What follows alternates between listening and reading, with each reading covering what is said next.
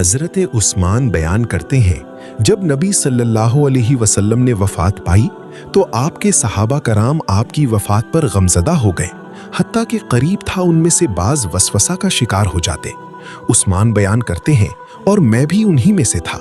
बस मैं बैठा हुआ था कि इस असना में उमर रज़ी अल्लाह ताला अन्हो पास से गुजरे और उन्होंने मुझे सलाम किया, लेकिन शिद्दत गम की वजह से मुझे उसका कोई पता नहीं चला।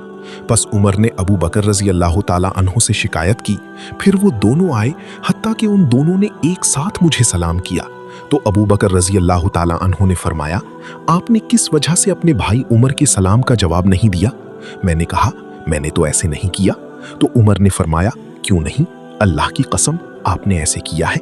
उस्मान कहते हैं, मैंने कहा, अल्लाह की कसम, मुझे आपके गुजरने का पता है ना सलाम करने का। अबू बकर ने फरमाया, उस्मान ने सच फरमाया, किसी अहम काम ने आपको इससे गाफिल रखा होगा। तो मैंने कहा, आपने ठीक कहा। उन्होंने पूछा, वो कौन सा अहम काम है? मैंने कहा, अल्लाह ताला ने नबी सल्लल्लाहु अलैहि वसल्लम को वफात दे दी उससे पहले कि हम आपसे इस मामले की निजात के बारे में दरियाफ्त कर लेती। अबू बकर ने फरमाया, मैंने इसके मुताल्लिक आपसे पूछ लिया था। मैं उनकी तरफ मुतवज्जा हुआ और उन्हें कहा, मेरे वालिदैन आप पर कुर्बान हो, आप ही इसकी ज्यादा हकदार थे।